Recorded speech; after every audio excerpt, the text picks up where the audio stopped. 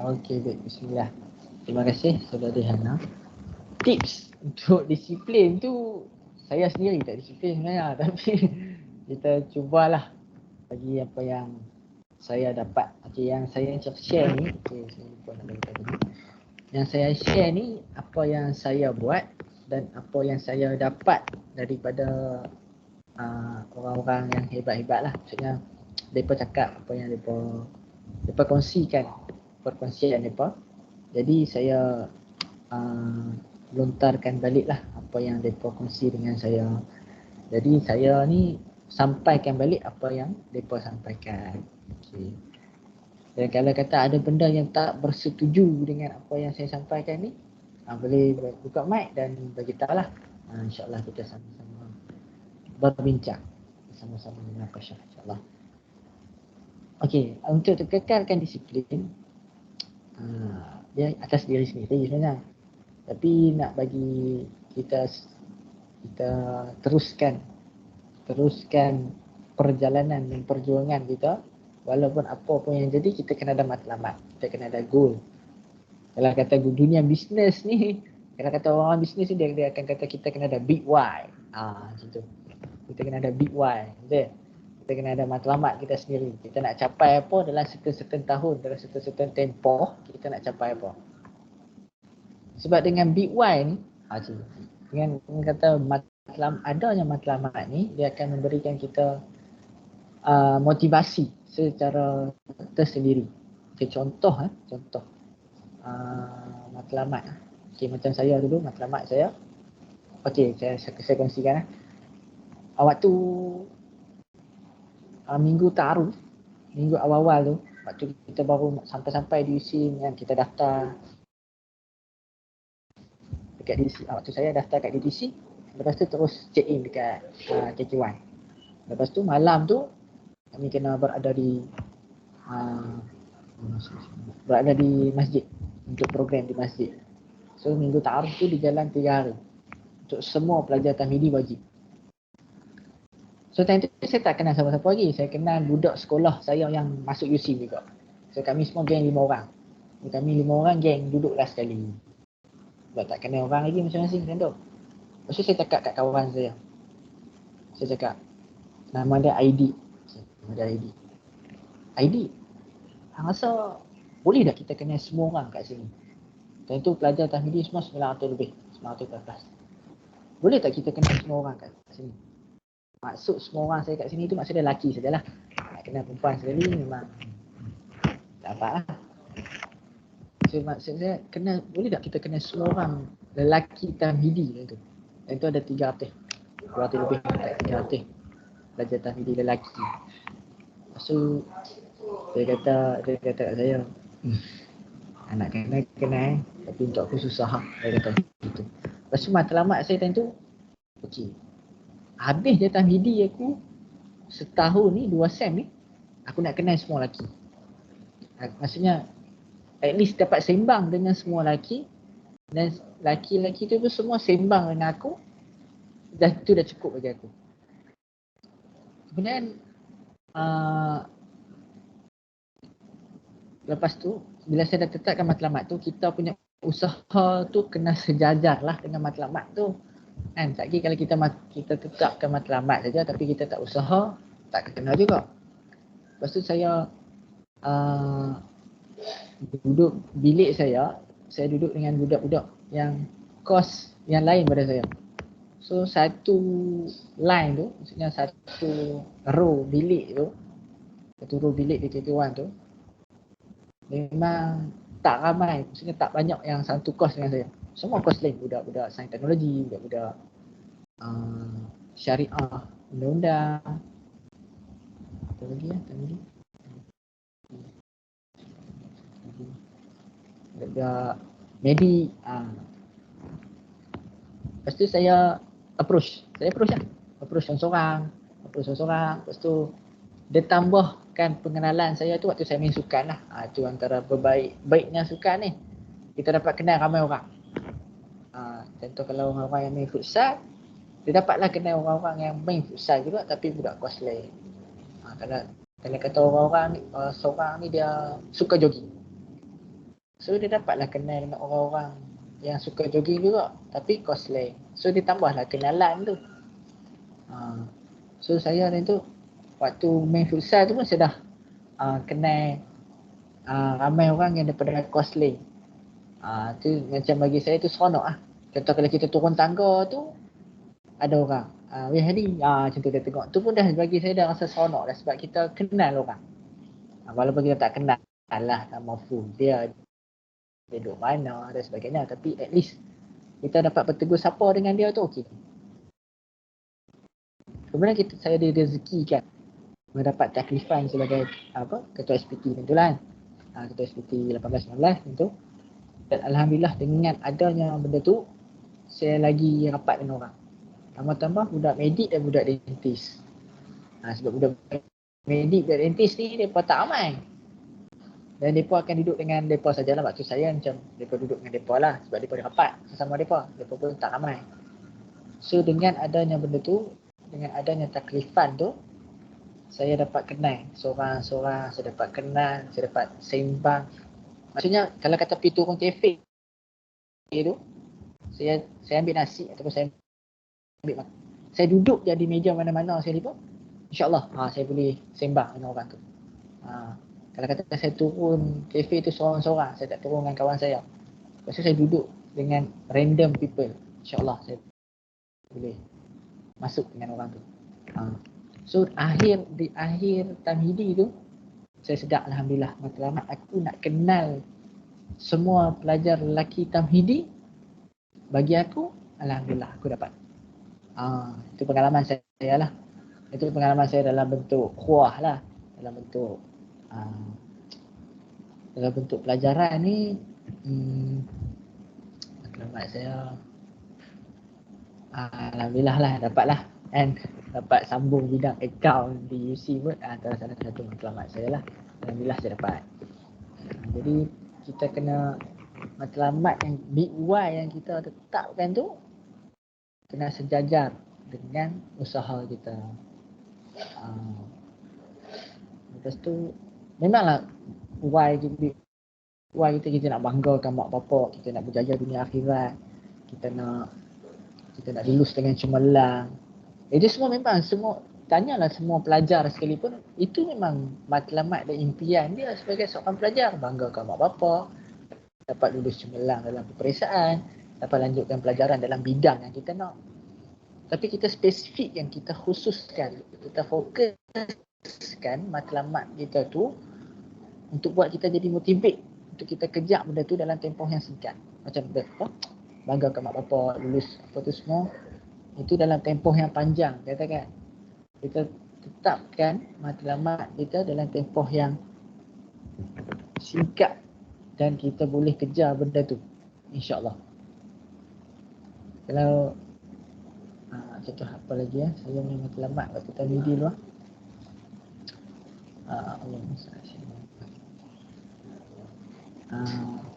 Banyaklah kan, kalau nak cerita tu banyaklah. Saya nak ingat balik pun susah. Tak ingat dah.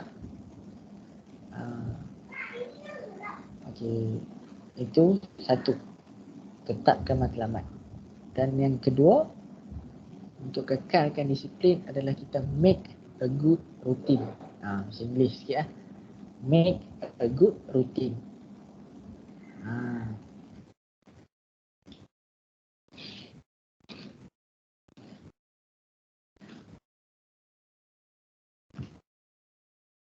Jadi kan rutin harian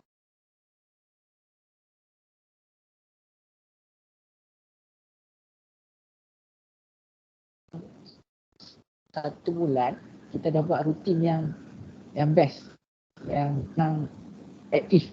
Maksudnya kita dengan phone ni, waktu zaman saya tak online kan, face to face. Waktu masa kita dengan phone ni, maksudnya dengan Instagram ataupun Twitter dan sebagainya ni, media sosial ni kurang.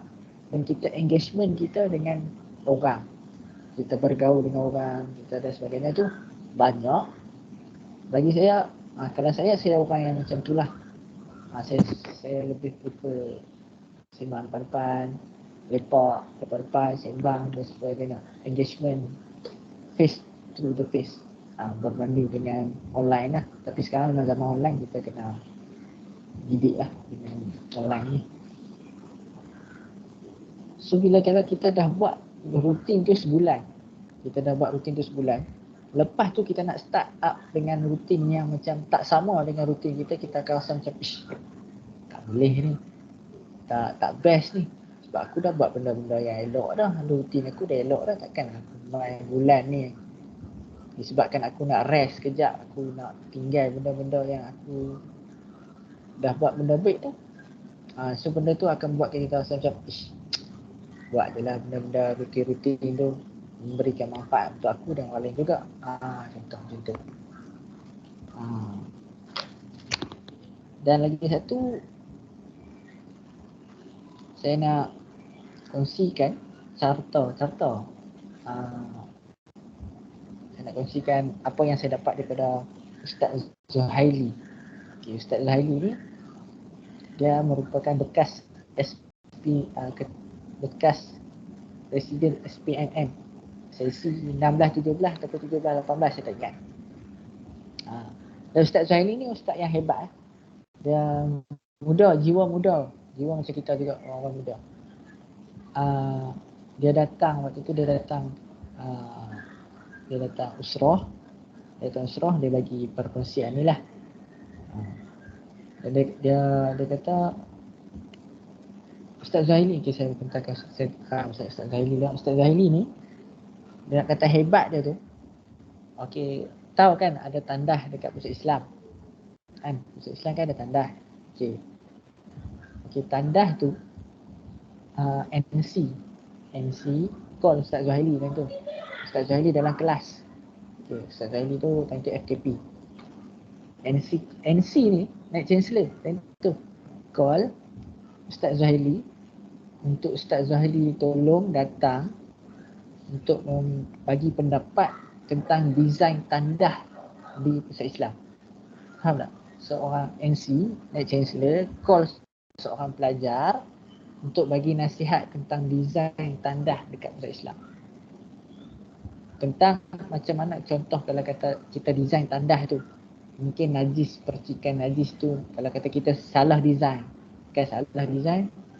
tandah, mungkin percikan najis yang berlaku tentang desain tu boleh terkena pakaian dan sebagainya, dan boleh membatalkan solat dan sebagainya.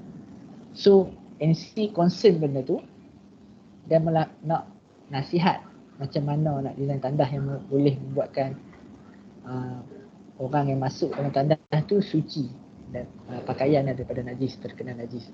So ajak Ustaz Zuhaili dan seorang lagi Ustaz Afifi, saudara Afifi ni pun orang yang hebat.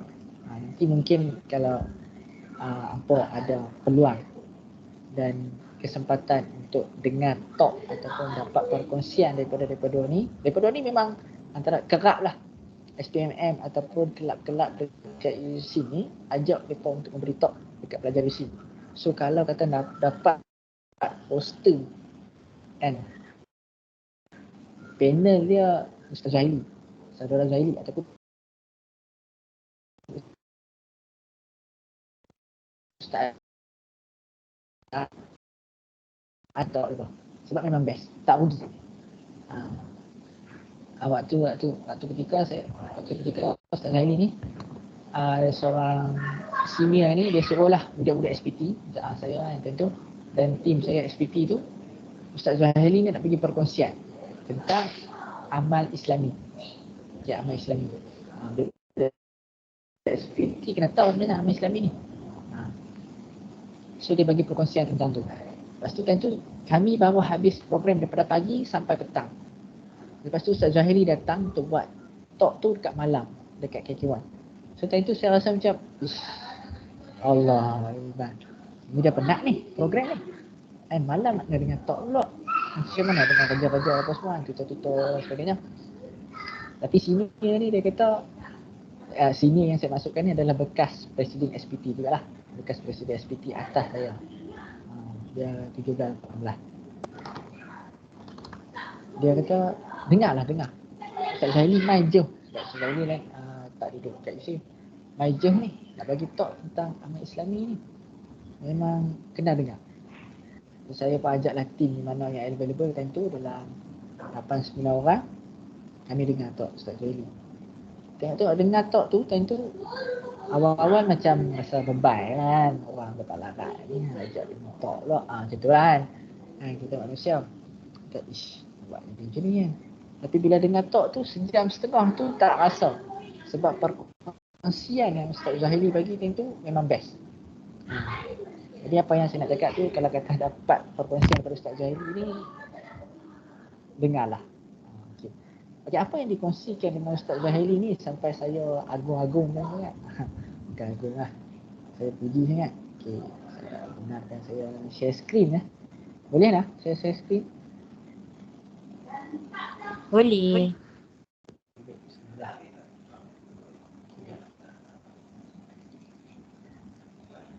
Okay, nampak tak saya punya screen? Nampak.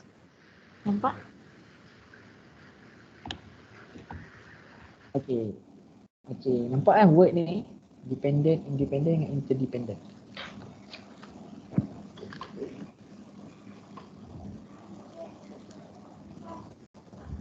Okay, baik, bismillah. Okay, maksud saya make a good routine tu, jadikan rutin kita tu membuatkan kita orang yang bermanfaat dan berkhidmat untuk ummah. Okay, first kita di fasa, kalau kata seseorang tu di fasa dependent, second independent, dan ketiga interdependent. Okay, dependent ni macam mana? Dependent ni adalah orang yang dia bergantung dengan orang. Okay, contoh saya, kebanyakan hidup saya ni, saya memang bergantung dengan orang. Saya memang tak boleh buat benda apa-apa dengan sendiri. Apa-apa sikit, boleh tolong Sat. Buat ni Sat. Jadi kita tak boleh buat apa-apa.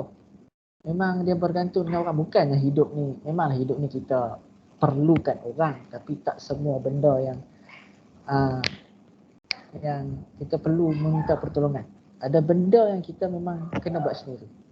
Nanti bila kita melalui fasa-fasa yang akan datang, fasa degree, fasa alam pekerjaan ni, bagaimana kita tahu. Okay, fasa dependent ni adalah fasa, orang kata lebih kurang, kalau kata saya dapat tu daripada Ustaz Zaili, fasa yang iman akan turun naik. Memang iman kita yang yazid wa yanqus, tapi di fasa dependent ni akan membuatkan kita rasa macam nak buat-buat tak mau sudah. Iman kita naik di mana kita taat, iman kita turun di mana kita maksiat. So di fasa dependent, kita sebagai pelajarnya tidak sepatutnya berada di fasa dependent. Maksud yang saya nak kata tu lah. Kita sebagai pelajar tak sepatutnya berada di fasa dependent. Okay. Fasa yang kedua untuk manusia adalah independent. Independent ni adalah orang yang biasa-biasa. Dan orang yang biasa-biasa, orang yang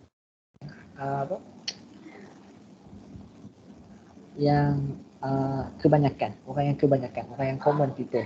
Okey, kalau kata benda ni dia boleh buat sendiri, dia buat sendiri. Kalau benda ni dia boleh bergantung, dia kena minta tolong orang, dia minta tolong orang. So orang yang biasa-biasa. Kalau kita nak jadi, kalau kata orang bisnes lah kan, orang bisnes, dia akan kata, kamu nak jadi orang biasa-biasa, kamu takkan berjaya. Kalau orang bisnes lah. Nak jadi orang biasa-biasa, boleh, tak ada masalah. Tapi hidup ni hanya sekali atas dunia. Hidup ni hanya sekali atas dunia. So kalau kita nak jadi orang yang biasa-biasa, boleh, tak ada masalah. Tapi apa kata kita jadi orang yang sedikit berbeza daripada orang lain. Berbeza itu biarlah daripada sudut yang baik. Contoh. So orang yang biasa-biasa, dan dia letakkan diri dia tu, contoh dia ada peluang untuk dapat benda tu, untuk achieve benda tu, tapi ada cabaran-cabaran dia kan. Tapi dia kata, tak maulah aku ni orang yang biasa lah. Sebab apa aku nak ambil benda tu. Padahal ada peluang. Apa yang saya cakap ni berdasarkan pengalaman saya lah. Sepanjang degree 3 tahun ni ada benda-benda yang yang jadi saya cakap berdasarkan pengalaman lah. So bila kita dapat achieve benda tu, kita nak benda tu sebenarnya, tapi kita rasa macam aku ni teruk ni, aku ni orang biasa lah ni, jawatan tu ataupun peluang tu tak layak sebenarnya untuk aku. Jangan rasa macam tu, insyaAllah. Kalau rasa macam tu takkan maju diri kita, takkan ke hadapan tu. Jadi ada peluang, ada ruang dan ada kesempatan, achieve lah apa yang nak tu. So fasa yang ketiga adalah interdependent. Interdependent ni sepatutnya bagi pelajar adanya mindset dan cara dia macam ni. Interdependent ni adalah dia impakkan maksudnya intimat. Dia intimatkan diri dia untuk berkhidmat untuk ummah, untuk memberikan manfaat untuk orang lain. Khairun nas anfa'uhum linnas atau kama qala Nabi. Sebaik-baik insan adalah orang yang bermanfaat untuk orang lain. So fasa interdependent ni dia memberikan diri dia, kebaikan, dia cuba buat kebaikan daripada diri dia untuk disalurkan kepada orang lain. Macam mana nak jadi orang yang interdependent ni? Macam mana nak jadi orang interdependent ni?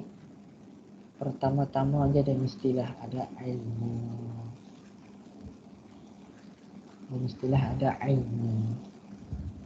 So, macam kita ni sekarang tengah menjadi penuntut ilmu. So, kita dah ada syarat yang pertama untuk menjadi interdependent.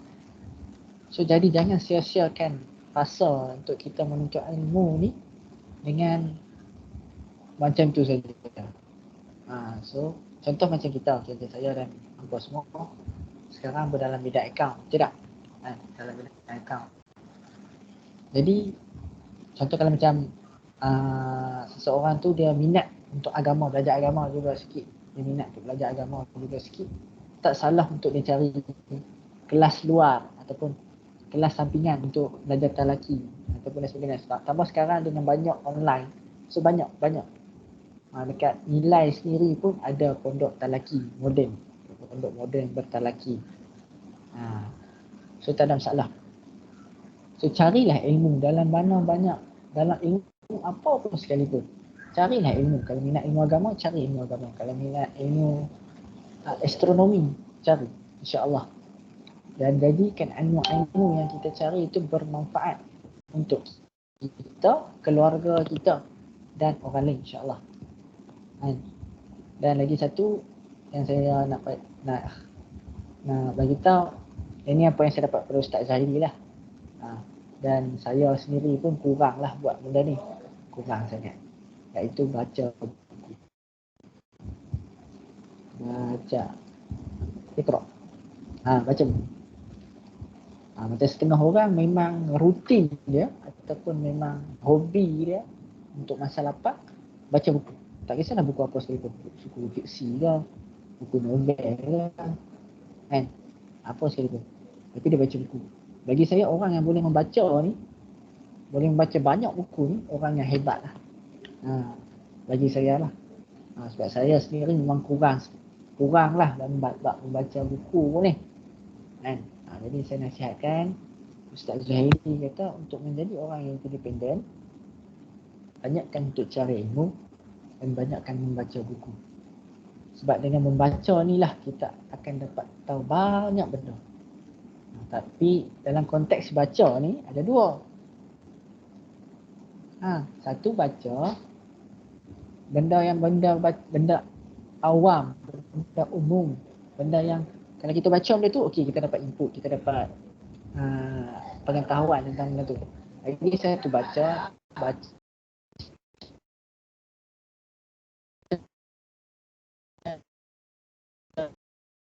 perlukan penerangan daripada guru.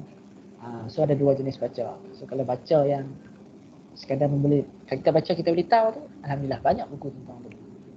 Sedangkan baca untuk memerlukan penghuraian daripada guru pun banyak kitab tentang tu. Jadi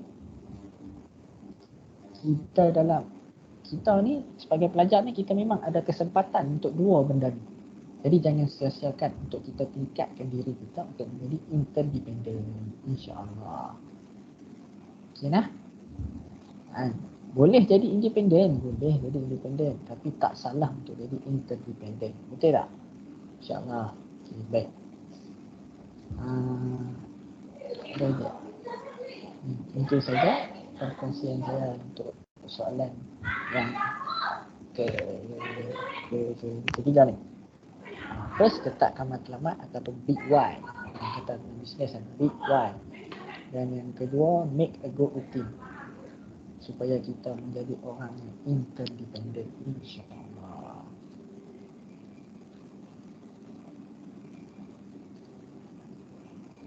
Saya kembali kepada saudari Hana.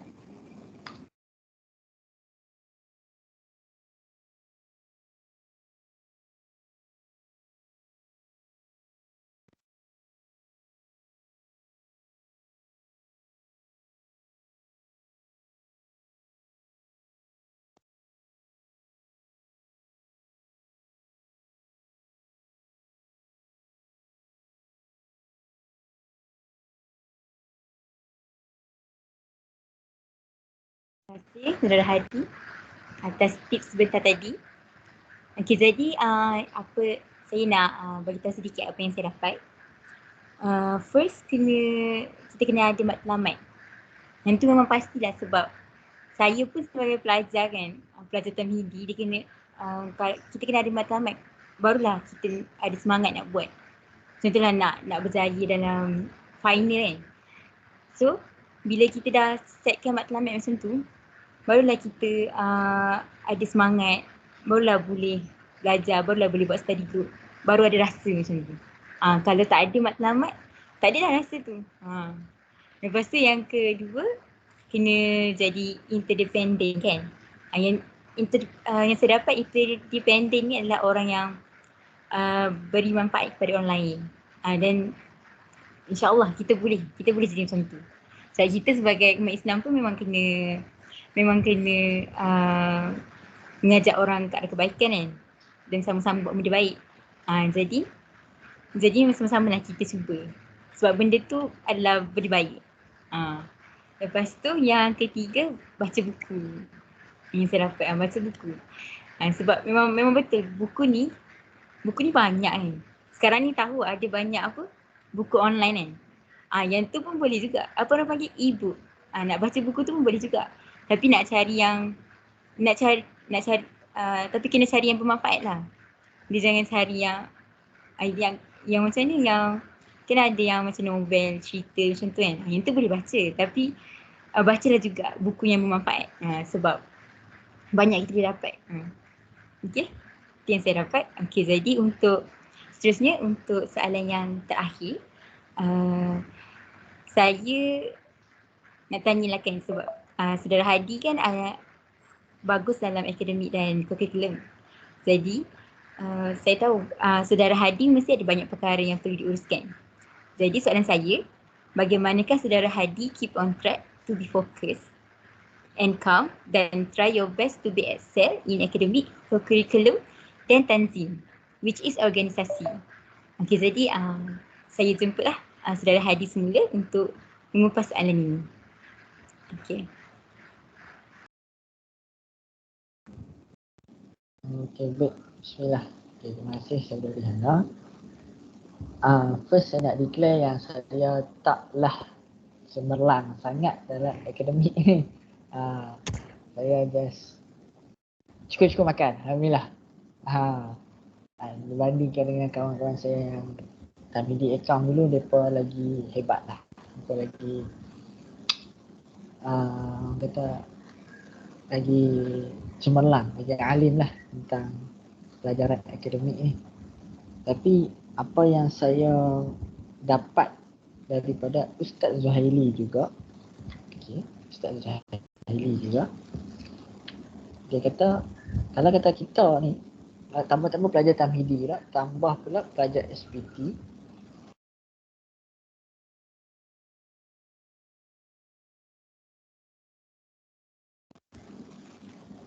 Okey, dengar ya. Okay, tambah-tambah pelajar tamhidi ataupun pelajar SPT ataupun pelajar yang main sukan ataupun pelajar yang ada aktiviti sampingan dia yang lain. Tak kisahlah di luar ke dan sebagainya. Mesti akan ada satu ketika yang clash jadual dia. Contoh, ada group discussion ni pukul 8.30. Tapi pada masa yang sama dia ada hal lain yang juga penting pukul 8.30. Jadi macam mana? Dan benda tu jadi kat saya waktu tamhidi dulu. Pengalaman saya, waktu tu saya ada group discussion pukul 8.30 ke 8 macam tu lah.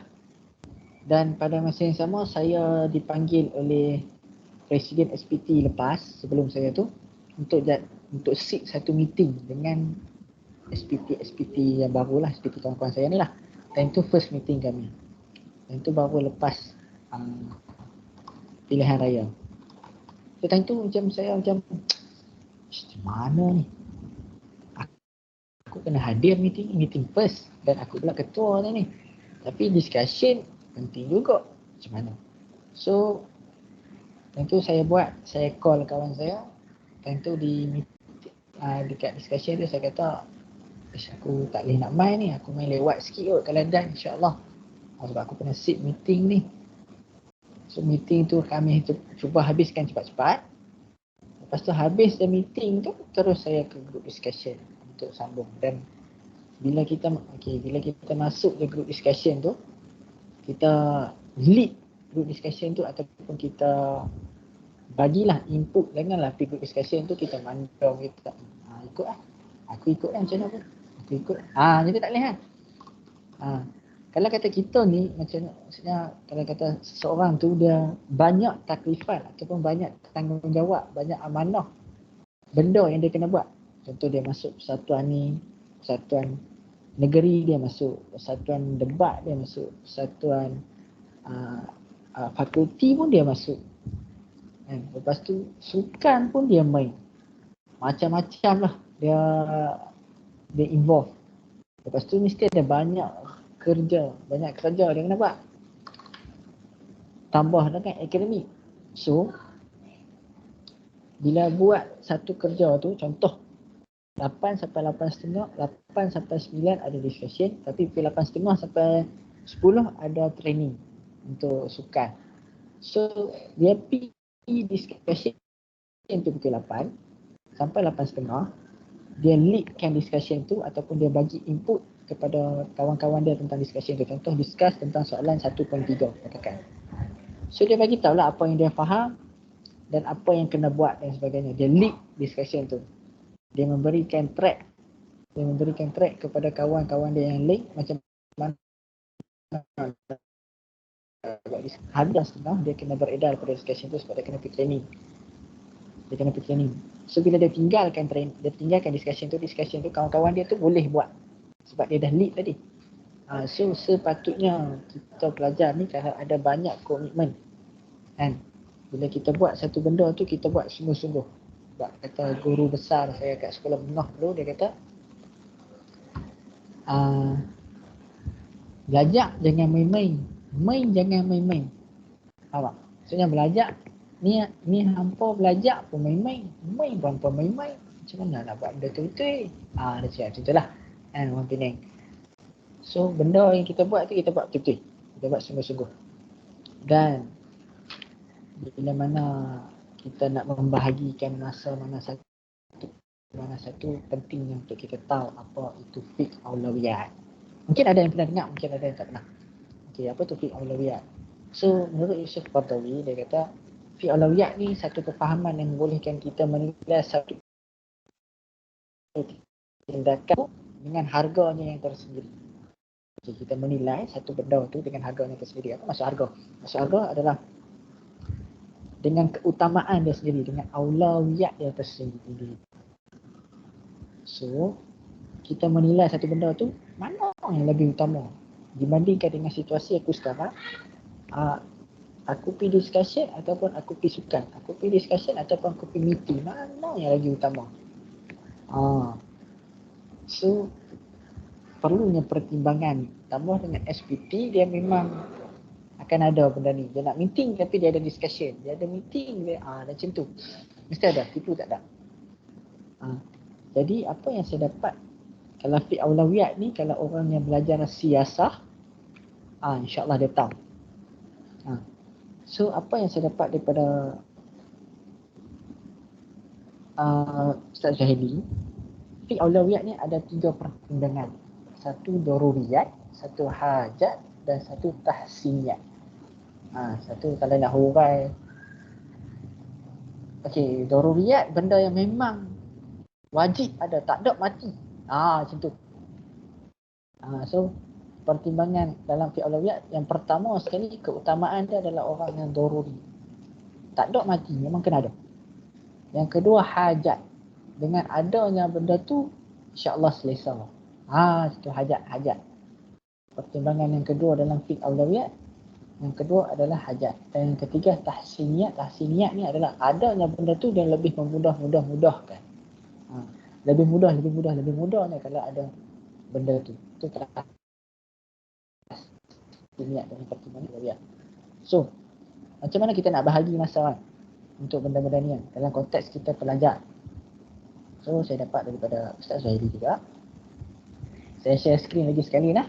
Boleh lah? Boleh.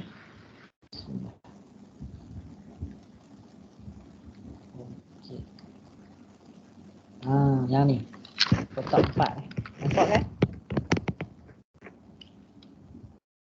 Nampak. Okey, bismillah. Kalau kata pelajar, insya-Allah kan, ada benda ni. Kalau macam kakak saya sendiri pun, dia buat benda ni kat bilik, dia tampai kat bilik dia. Dia tampai benda ni kat bilik, dia buat kotak 4 macam ni, 1, 2, 3, 4. Dia tulis penting, segera, penting, tak segera dan sebagainya ni semua. So dia tampai kat bilik dia. Okey, apa benda ni, apa function ni? Kita buat style ya. Okey. Ustaz Zahili, menurut Ustaz Zahili, benda ni penting untuk kita buat pertimbangan lah. Okay, kan tadi kita tahu fiqh aulawiyat kan, pertimbangan dengan harganya sendiri. Jadi macam mana kita nak pertimbangkan benda-benda yang kita ada komitmen ni, mana yang kita kena utamakan dan mana yang kita kena kita boleh ke belakang kan. So first saya beritahu first pada kotak pertama kita kena ada penting, kena ada segera. Kotak kedua penting dan tak segera. Kotak ketiga tak penting tapi segera. 4 tak segera, tak penting. Okay. Apa yang dimaksudkan dengan penting? Penting ni dimaksudkan dengan penting itu maksudnya ada deadline. Contoh tutorial ataupun assignment ada deadline dia tersendiri. Kan? Kita contoh ini 3/12. Deadline assignment 7/12 kena hantar. So benda tu dah masuk consider sebagai benda yang penting sebab dia ada deadline. Kalau sesuatu benda tu, komitmen tu kita tak ada deadline. So boleh dikatakan benda tu tak penting dan tak berapa penting lah. Sebab dia tak ada deadline. Tiada had period untuk kita lakukan benda tu. Menurut Ustaz Zahiri lah. Dan yang mengatakan bahawa segera ni macam mana? Segera ni kalau kata kita seorang je yang boleh buat benda tu. Contoh assignment individual. Ada deadline, dia dah masuk dalam kategori penting. Dan kalau kata selama apa individu, kita seorang je kena buat untuk diri kita. So dia dah masuk dalam kategori segera. Sebab kita seorang je boleh buat. Kalau kata komitmen tu ataupun benda tu tak ada kita, boleh jalan juga, dia tak masuk dalam kategori segera. Faham tak? Contohnya meeting. Kita sebagai pengarah program, meeting tu kita tak ada kat situ. Dan kalau kata kita tak ada, tak jalan. So benda tu kena segera. Benda tu dimasuk kategori segera. Sebab kita seorang je kita boleh run program tu. Tak ada kita memang tak boleh run. So dia dah masuk dalam kategori segera. So dalam pertimbangan aulawiyat perlu kita utamakan benda yang first penting dan benda yang segera. Penting pun penting, nak cepat pun nak segera pun nak segera. So kita dahulukan benda yang penting dan segera. Dan yang kedua, benda yang penting juga tapi tak segera. Benda yang ada deadline juga. Kan ada deadline ni. Kena hantar 7, 8, 12 juga. Tapi kalau tak ada kita pun boleh buat benda tu. Contoh group discussion. Tapi dia ada dia punya hujah tersendiri. Macam group discussion. Kan tak ada kita. Kan tak ada kita tapi group discussion tu boleh jalan juga. Dengan 4 orang kawan kita yang lain juga, mereka boleh jalankan group discussion tu kalau tak ada kita. So dia masuk dalam kategori tak segera. So kalau kata berlakunya pertembungan antara benda yang penting dan segera dengan satu lagi group discussion tadi, benda yang penting tapi tak segera, kita utamakan benda yang penting dan segera. Okey. Tapi jika berlakunya pertembungan tadi, okey, berlakunya pertembungan dua komitmen, perlunya kita tahu tentang NLC. NLC. Apa dia tu? First, negotiable. L, lock. C, commit and change. Commit and change. Change and commit. So, berlakunya dua pertimbangan tadi. Betul tak? Macam contoh individual assignment, kita kena hantar 7 dan 12 juga. Tapi group discussion pun kena hantar 7 dan 12 juga. So, berlakunya dua pertembungan ni. Aku nak kena buat malam ni sebab esok memang aku dah tak boleh buat. Aku dah luar kawasan. Lusa pun aku dah tak boleh buat dan sebagainya. Aku ada malam ni je. Tapi malam ni pun ada group discussion. Macam mana? Kan? So berlakunya dua pertimbangan ni, first kita amalkan N, negotiable. Macam saya cakap, saya tadi, saya call kawan saya, betul tak? Saya nego dengan kawan saya. Boleh tak hampa jalankan dulu group discussion ni? Hampa jalankan dulu group discussion ni. Kalau habis meeting, terus hukuman. Ataupun kalau kata tak sempat, habis je hampa punya discussion, hampa bagi tahu kat aku apa yang aku kena buat. Aku buat terus dengan tak ada masalah. Dan aku compile kan, katakan. Aku compile kan terus dengan raja-raja. So negotiable. Kita nego dengan kawan-kawan ataupun orang-orang sekeliling yang berada dalam perkara tu juga. Yang kedua, L, lock. Sekali kita dah nego, tadi kita dah nego, contoh kalau ada pertemuan group discussion, individual assignment. Group discussion kita call kawan kita, tak apa kita baca dalam WhatsApp group. Weh, aku tak boleh sebenarnya waktu ni sekian. Sebab aku ada kena siapkan sekian. Boleh tak kalau kata kita tunda esok? Katakan. So dia nego kat situ. So kawan-kawan dia kata, okey lah esok. Bila dia kawan dia dah setuju untuk esok benda tu, dia kena terus lock tarikh tu dan masa tu. Esok memang aku kena pergi benda tu. Apa jadi sekali pun aku kena pergi. Macam benda lain lah, contohlah ada kematian dan sebagainya, itu tak boleh dielak. Lock terus masa tu memang esok aku kena pergi group discussion. Bila kita dah nego, kita terus lock dan kemudian kita terus commit. Terus kita dah lock, kita terus commit untuk benda tu. Esok tu kita terus datang group discussion tu, kita commit, kita tunggu sungguh. Disebabkan kita lah kawan-kawan kita tukar tarikh dan sebagainya. Takkanlah kita memang kita loy. Ada kita memang kita tak apa yang apa buat lah. Tak boleh tu. Dan disebabkan kita ada sanggup tunda group discussion. Jadi kita main tu kita kena terus commit. Kalau berlakunya dua pertembungan lah. Okay. Yang ketiga, pertimbangan yang ketiga adalah tak penting tapi segera.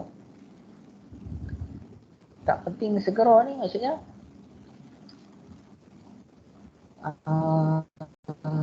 dia tak ada deadline. Tapi kita seorang je boleh buat. Dia tak ada deadline, tak penting, tak ada deadline. Tapi kita seorang je boleh buat. Betul tak? Tak penting, segera. Okey. Tak ada deadline tapi kita seorang je boleh buat. Apa maksudnya? Maksudnya macam dia sama maksud dia kita buat kerja orang. Contoh dia, Allahumma salli ala sayyidina. Contoh dia, task ataupun tutorial tak ada deadline. Doktor tak suruh hantar pun, medium tak suruh hantar pun. Tapi kawan kita minta untuk kita buat benda tu. Faham tak? Kawan kita minta untuk kita buat benda tu supaya dia tolong buat sah. Aku tak larat lah ni kawan. Dia kata, maksudnya kita seorang je boleh buat benda tu sebab dia minta tolong kita. So itu dah masuk dalam kategori buat kerja orang. Kalau Ustaz Zahili dia kata hashtag tinggalkan. Ustaz Zahili lah. Kalau dah masuk dalam kategori buat kerja orang, kita tinggal. Memang benda tu kita seorang je boleh buat, tapi benda tu tak penting untuk kita. Tidak memberikan apa-apa untuk kita. So Ustaz Zahili kata step tinggalkan benda tu. Dan last kali pertimbangan yang keempat, tak segera dan tak penting. Benda tu tak ada deadline. Dan benda tu kalau kata tak ada kita pun tak jalan. Tak ada kita pun tak apa. So pertimbangan yang ke last kali ni adalah tak segera dan tak penting. So benda ni Ustaz Zahili kata ciri-ciri orang munafik. Maksudnya dia tak buat benda tak segera. Maksudnya benda tu contoh ada task tapi tak payah hantar, tak ada deadline. So dia tak buat. Dan benda tu kalau kata tak ada aku pun dia jalan. Kalau kata contoh meeting, betul tak? Meeting tentang program sekian-sekian, tapi aku ni sebagai AJK biasa saja. AJK tukang bawa ayak saja. So kalau kata tak ada aku kat meeting tu pun program boleh jalan. So dia tak pergi. So benda tu telah buatkan dia rasa macam adanya dia macam ciri-ciri orang munafik. Dan dia berjanji, contoh dia janji untuk datang program tapi dia rasa benda tu tak penting, dia tak segera untuk dia tak main. So benda tu ada mengciri janji dia tu. So dia kata tu membawa dia kepada seorang ciri-ciri orang munafik. So macam soalan apa yang saya nak kaitkan dengan soalan tadi, dia Hana tanya macam mana saya bahagikan masa dan saya keep on track untuk uruskan benda akademik, tanzim dan co-curriculum. So benda ni lah saya buat. Saya klasifikasikan benda yang penting dan segera, benda yang penting tak segera dan sebagainya. Contoh kalau kata meeting saya seorang je boleh handle dan benda tu ada deadline. Kena hantar minit mesyuarat dalam sekian kepada penasihat katakan. So dia masuk dalam kategori penting dan segera. Kalau kata di group discussion boleh nego dan deadline dia lama lagi dan benda tu pun boleh run tanpa saya, saya masuk dalam penting dan segera. Macam itulah. So dalam pertimbangan ni kita ada klasifikasi. Contoh kita ada 5 kerja kena buat. So kita bahagikan nombor 1 duduk 2, nombor 2 duduk 2, nombor 3 duduk 1. Maksudnya nombor 1 ada 2 kerja kena buat, nombor 2 penting dan tak segera ada 2 kerja kena buat, dan nombor 3 tak penting segera ni ada 1 kerja tak buat. So dalam tempoh masa yang kita ada tu, kita free time tu, kita utamakan yang nombor 1. Buat dulu nombor 1 ni sebab dia adalah penting dan segera. Buat dulu, dah settle nombor 1, kemudian kita teruskan nombor 2. Macam tu. So kita buat pertimbangan benda tu. Itu apalah Ustaz Zahili bagilah. Dan alhamdulillah, InsyaAllah kita boleh sama-sama amal lah untuk kita bahagikan masa sebaiknya. Kita melakukan kualiti masa tu, kita tingkatkan kualiti masa lah dalam keadaan kita belajar ni, InsyaAllah. So Kalau kata penting dengan segera ni, dia pertembungan yang sama waktu kan. Individual assignment pun sama, contoh lepas tu ada isyarat pun sama, dua-dua sama. Jadi macam mana ni kan, lepas tu yang tu kita kena pulun lah, diri kita kena penat sikit lah. Sebab bila orang yang banyak komitmen ni, dia kena ready dengan banyak tanggungjawab, banyak kerja. Hang tuan ataupun banyak benda kerja hang sanggup buat, banyaklah tanggungjawab. Jadi hang kena ready.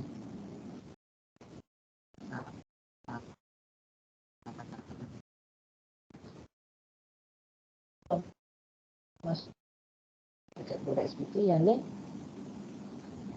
kalau orang lain sibuk study tapi kita sibuk meeting, kita kena reda benda tu. Walaupun diri kita rasa macam aku nak study juga, macam tu, tapi kita kena reda benda tu sebab kita utamakan benda yang lebih aula. Dan insya-Allah kalau kata kita buat pertimbangan dengan baik dan kita utamakan tanggungjawab dan amanah yang pada tempatnya yang tersendiri, Allah akan mudahkan. InsyaAllah kita itu. Macam saya orang yang pointer yang biasa-biasa lah. Tapi kalau budak SPT lain, waktu zaman saya, kerja dia banyak. Pertama-tama budak syariah dan undang-undang, mereka pun tahu. Budak syariah dan undang-undang, memang kerja mereka banyak. Tapi budak SPT, dalam budak SPT syariah undang-undang saya ni memang pointer mereka memang 3.8 ke atas. Walaupun kerja SPT mereka banyak. Jadi saya respect lah mereka buat pertimbangan yang baik dan sebagainya, insyaAllah. So, boleh faham kot lah benda ni. Itu saja perkongsian yang daripada Ustaz Zaili, dan sama-sama kita boleh amal insyaAllah. Tik aulawiyat. Itu saja. Terima kasih. Saya balik kepada saudara Hana.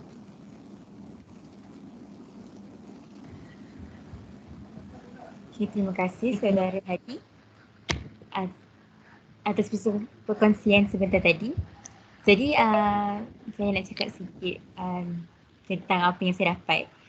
First kali, buat sungguh-sungguh dalam satu perkara, jangan main-main. Yang tu saya rasa kita memang kena terapkan benda tu dalam diri masing-masing lah. Sebab kalau kita buat sungguh-sungguh tu, insya-Allah kita mesti akan dapat hasil dia, kan? Kalau buat main-main, mesti banyak dapat hasil dia. Itulah. Lepas tu, bila saudara Hadi ada cakap yang ada cakap pasal belajar jangan main-main, masa main pun jangan main-main. Saya teringat ada ustaz saya bagi tahu masa sekolah menengah dulu. Dia tu saya main handball, lepas tu dia jurulatih handball. Lepas tu dia sangat tegas masa dia train anak-anak buah dia main handball. Lepas tu masa belajar pun dia tegas juga. Dia selalulah cakap pasal benda tu. Belajar jangan main-main, masa main pun jangan main-main. Lepas tu nampaklah bila dia selalu cakap macam tu kan, dia terapkan benda tu dalam pelajar-pelajar dia. Lepas tu nampaklah dia orang boleh pergi jauh. Yang main anak buah yang dia ajar handball tu kan, boleh pergi jauh. Dia orang boleh pergi sampai peringkat kebangsaan, semua tu. Jadi nampaklah kita kena ingat benda ni. Sebab memang benda ni penting lah untuk kita ingat. Okay? Jadi sekarang saya buka sesi soal jawab bagi mana-mana pelajar yang mahu bertanyakan soalan. Kalau ada apa-apa soalan, buka je mic. Lepas tu boleh tanya.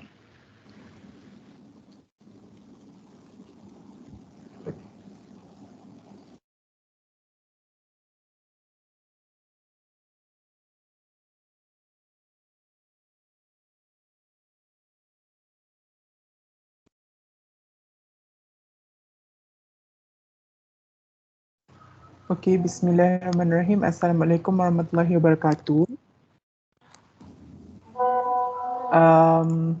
Nama saya Syed Hadid bin Syed Ismail daripada Tamhidi Accounting dan Muamalat. So soalan saya berbunyi macam ni. Dalam situasi sekarang, kebanyakan pelajar kadang-kadang dia rasa malas ataupun rasa lesu ataupun mudah berputus asa apabila kita belajar.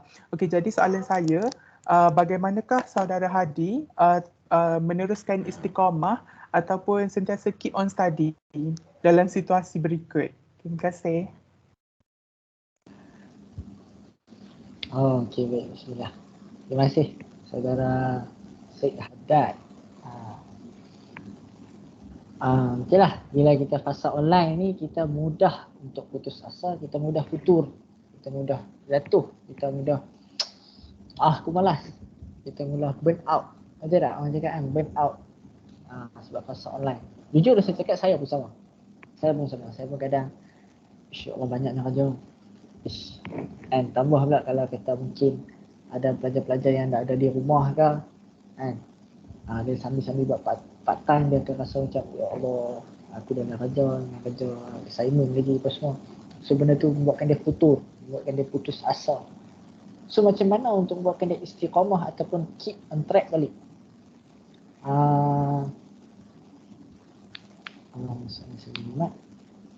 Kalau macam saya sendiri, saya cuba istiqamahkan benda apa yang saya dapat achieve, sekecil-kecil benda sampai sebesar-besar benda yang saya berjaya buat, saya akan reward diri saya. Contoh, ada individual assignment ataupun ada soalan tutorial yang nak kena hantar ataupun ada revision yang saya kena revise. Habis saya maksudnya saya allocatekan masa 2 jam. 2 jam ke 3 sampai 5 lepas Jumaat aku nak buat benda ni. Allocate betul-betul. Bila sampai pukul 3 saya terus tengok buku. Dan 2 jam tu mustahil kalau kita nak guna 2 jam tu kita nak, bukan mustahil, boleh, tapi kalau orang yang dalam keadaan down dia terus nak fokus 2 jam straight, dia memang susah. Memang susah. So dia akan reward diri dia dulu. Contoh dia belajar setengah jam, dia tengok soalan setengah jam ataupun dia tengok pelajaran setengah jam. Lepas tu dia rehat 5 minit ataupun 10 minit. Tak kisahlah dia makan ke, dia main game ke. Main game tu dia kena main game yang betul-betul 10 minit lah. Sekejap lagi main game, habis satu game. Tak apa orang yang main PES kan. Macam saya main PES kan. Satu game. Habis setengah jam, habis sejam main game saja. Tak jadi lah. Jadi belajar setengah jam, lepas tu dia selitkan dengan apa-apa yang buatkan mind dia relax. Dia boleh tenangkan fikiran 5 minit, 10 minit, sudah sambung belajar. Kemudian habis dia assignment dia ataupun task dia tu, terus dia reward diri dia dengan benda-benda yang buat dia seronok. Contoh macam orang yang suka makan, habis dia benda yang contoh dia habis dia individual assignment, terus dia reward diri dia. Contoh habis dia benda ni, aku nak pergi pasar malam, aku nak beli kebab, katakan. Terus dia pergi je, terus buat benda tu. Sebab benda tu buat jadi seronok. Jadi bila benda tu kita keep on, bila buat benda tu, maksudnya habis dia satu benda, aku reward diri aku. Sekecil-kecil benda boleh reward, tak ada masalah. And habis dia assignment ni, aku nak tengok movie, katakan Venom, katakan baru keluar. So tu benda-benda yang buatkan kita rasa macam relax, tenang fikiran, seronok. Bila buat benda tu, insya-Allah kita akan rasa macam nak lah. Maksudnya tak ada lah macam futur terus, tak ada lah macam depressed terus, tak ada lah burn out terus. Buat benda satu benda tu, lepas tu reward. Habis satu benda, reward. Macam saya, habis dia saya akan buat. Habis dia assignment, tak pun sekecil-kecil assignment senang. Putih mind map tu. Tarik. Cabang. Tengok buku, buat mind map. Senang je pun. Hantar, terus yang reward dia ikutlah, keluar lah, duduk pantai. Macam saya duduk di Penang, saya duduk di pantai, bapak duduk minum, duduk di pantai. Ataupun keluar pergi ronda kan, sebusi naik motor, ikut masing-masing, tak ada masalah. Dan lagi satu, cari orang yang boleh membuatkan kita motivate lagi. Dan kalau kata contoh orang yang dia ada di rumah, mak ayah ataupun adik-beradik. Ataupun kalau kata duduk di kolej, kawan-kawan. Kawan-kawan yang saya maksudkan kawan-kawan yang betul kawan. Betul tak? Orang yang boleh mendengar dan orang yang boleh memberi nasihat. Ada setengah kawan dia boleh dengar, tapi syarat dia mendengar adalah untuk dia cerita balik. Contoh, saya cerita kat kawan saya Akmal katakan. Saya cerita kat kawan saya Akmal, yang tahu aku dah penat sangat ni. Yang punya masalah sekian cerita lah, kita cerita kat kawan-kawan. Lepas tu kawan tu pula dia dengar. Aku pun ada masalah, dia pun cerita balik. Dalam konteks ni, kawan macam Akmal ni boleh berkawan, tapi kalau kata kita burn out, jangan cari dia. Sebab dia dalam konteks dia mendengar, bukan untuk menyelesaikan masalah dia tak. Tapi dalam konteks dia mendengar sebab dia nak cerita balik. Aku dengar hang, yang dengar aku balik. Macam tu. Jadi tak kena. Cari kawan yang dia boleh mendengar, kemudian dia boleh memberi respon yang baik daripada pendengaran tu. So daripada kalau burn out ni kita cari kawan-kawan dan kemudian kita cari Tuhan. First cari Tuhan. Cari Tuhan. Dan kalau kata ya Allah stresnya ya Allah kan. Ambil semayang. Semayang sunat. Semayang sunat 2 rakaat, cari ketenangan. Tak pun baca Quran. Macam saya sendiri pun kalau kata saya sabut ke. Sabut lah. Macam-macam benda lah. Tak pergi WhatsApp keluar hati ni, tak pergi Telegram keluar hati ni. Tambah pula macam degree ni. Okey, doktor ataupun lecturer akan maklum. Okey, Sabtu malam kita ada test. Dia macam tiba-tiba, dia tak bincang pun Sabtu malam ada test. Kita pun contoh kan. Lepas tu Ahad tu pula ada due assignment. Jadi sabut lah. Dan Jumaat tu nak kena study, nak kena buat assignment dan sebagainya. So kalau macam saya, atas meja saya ni memang akan ada Quran kat tepi. Bukan saya nak kata saya bagus lah, tapi benda tu kalau kata ada Quran di tepi,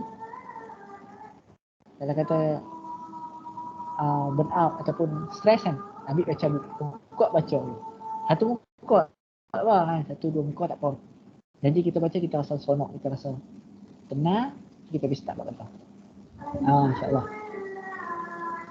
Dan carilah benda-benda yang boleh melazatkan diri kita tu untuk rasa tenang. Tak kisah contoh tengah buat kerja dia buka kasidah kat YouTube, ataupun tengah-tengah buat kerja dia buka lagu apa-apa pun kan. Lagu-lagu yang buatkan dia rasa, kalau kata lagu Blackpink tu boleh buat dia rasa tenang, buka lah Syat kan, bagi dia rasa relax. Lepas tu buatlah aja. Tak ada masalah. Dan cuba buat sehabis baik. Tak boleh buat semua, jangan tinggal semua. Faham? Tak boleh buat semua task sekali, tapi jangan tinggal semua task sekali. Cuba buat sikit-sikit dalam keadaan burn out sekalipun. Belajar dengan burn out ni sinonim. Tambah dengan online ni memang depress. Futur banyak. Dan insyaAllah kita kawan-kawan pun main peranan. Tengok tak mana kalau kata kawan ni macam lama dah dia senyap. Contoh kalau kata saya online ni, kawan ada di tempat lain, lama dah dia ni, status pun tak naik, story pun tak naik kan. Kita tengok ni yang okey kan. Macam tu insyaAllah. Boleh lah? Faham kan? Maksudnya apa yang saya nak cakap? First, kita reward diri kita.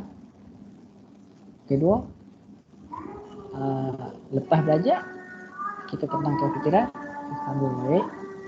Dan yang ketiga, cari benda yang boleh membuatkan kita rasa senang, seronok. Jangan lupa Tuhan, cari kawan. InsyaAllah.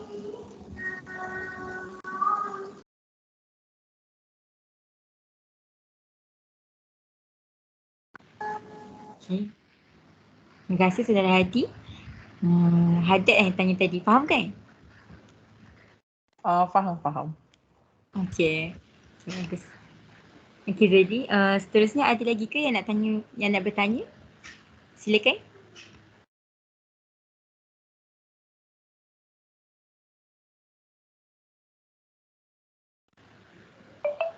Kalau korang nak tanya dekat grup tele, Reverie pun boleh juga tau. Okay, silakan, tadi ada yang nak bertanya? Okey, nama Nur Aisyah binti Muhammad Najib. Okey, soalan saya. Alright, kan untuk course account ni kan ada banyak subjek kan. And banyak benda nak kena ingat semua tu. So, macam mana saudara Hadi hafal semua tu? Oh, ada tak tips untuk mudah ingat semua konsep-konsep tu? Especially untuk course subjek lah macam micro, account. Okey, itu soalan saya. Oh, okey baik. Okey. Bismillah. Terima kasih Aisyah. Macam mana ingat Ya. Okey, saya rasa kalau nak hafalan ni ataupun banyak benda nak kena ingat ni dia banyak sinonim dengan subjek ITB betul tak? Kan? Sebab buku dia tebal. Betul. Okey. Kalau saya gunakan tips membuat akronim. Faham tak? Contoh 7 strategies to build good management, katakanlah kan. Saya tak ingat dah jadi good management. Lepas tu dia adalah strategi first, apa dia, strategi second, apa dia kan, third, fourth, fifth sampai 7. Lepas tu takkan kita nak ingat benda tu satu. Lepas tu tajuk lain lagi, chapter lain lagi kan. Macam mana nak ingat? So saya akan buat akronim lah. Contoh first step dia mula pada huruf A. Lepas tu second step pada huruf C. Saya buatlah. Contoh acapan kan, acapan ACAPAN. A tu apa? Pak. Itulah cara ingat ataupun buat ayam, cuka, pak, buat macam tu. Contoh katakan. Macam kalau kata micro pun kadang Medium Lakrina pun akan buat akronim. Tak silap saya lah, saya ingat Medium Lakrina akan bagi akronim untuk certain perkara untuk kita ingat. Medium Lakrina akan bagi. So itu antara salah satu cara lah untuk saya ingat benda tu. Dan lagi satu, masa saya ingat, kalau nak ingat lah, kita tulis. Sebab penting, tu pentingnya topik. Tulis. First kita tulis, lepas tu kita baca balik. Itu cara saya lah, saya tulis, lepas tu saya baca balik. Baca banyak kali. Dalam konteks kita kata baca banyak kali tu macam bila kita ingat balik, kita akan ingat. Contoh aku cakap pasal point business management, aku ingat muka surat berapa yang aku tulis kat buku. Contoh kalau kata buku, aku ingat muka surat belakang sekali aku tulis, belah atas belah kanan aku tulis business management tu. Sampai taraf tu kita ingat. Maksudnya kita tulis, kita baca. Sampai taraf tu kita ingat balik. Belah atas belah kanan aku ada tulis benda-benda ni. Taraf tu contoh ingat. Certain orang pula dia akan baca dulu chapter tu, lepas tu dia akan tulis nota berdasarkan kefahaman dia. Dia tak tengok buku lah. Dia tutup buku, dia tulis nota berdasarkan kefahaman dia dah baca tadi. Certain orang macam tu. Kalau macam saya baca, saya tengok buku, saya buat nota. Tengok buku apa yang penting, saya buat nota. Macam tu lah. Buat nota, baca sampai ingat dengan buat akronim lah. Bagi saya akronim tu memang membantu lah. Betul tak? Pada sekolah menengah pun kita dah, cikgu-cikgu pun banyak dah bagi tu kan. Dalam sains lah, dalam sejarah lah, macam. So tu salah satu cara saya lah. Apa lagi sebab itu je lah. Itu je yang buatkan saya ingat lah. Fokus lah, saya kata fokus subjek ITB lah. Sebab subjek ITB banyak. Subjek ITB pun dia tak ada kira-kira. Dia fakta je banyak. So benda tu boleh buat insyaAllah. Itu saja. Harap menjawab soalan dah. Aisyah dah. Itu saja. Assalamualaikum. Menjawab, terima kasih. Jadi main point dia tadi buat nota lah kan? Nota set akronim sangat membantu. Okey, jadi ada lagi ke soalan?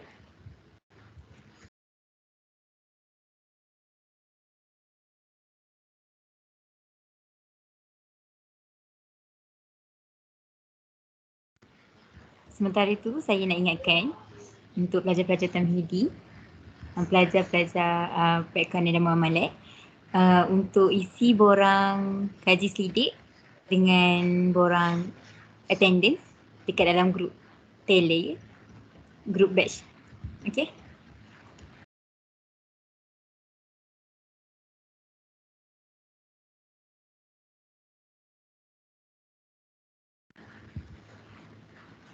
Okay, jadi tak ada apa-apa soalan dah ke? Okay, rasanya dah tak ada dah.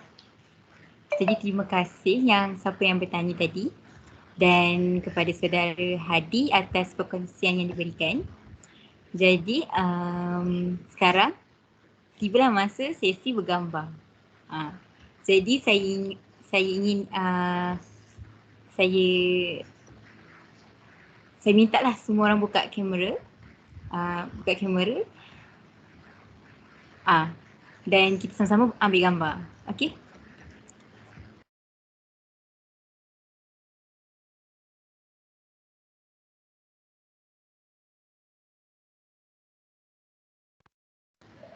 Bagi masa 2 minit untuk buka cam.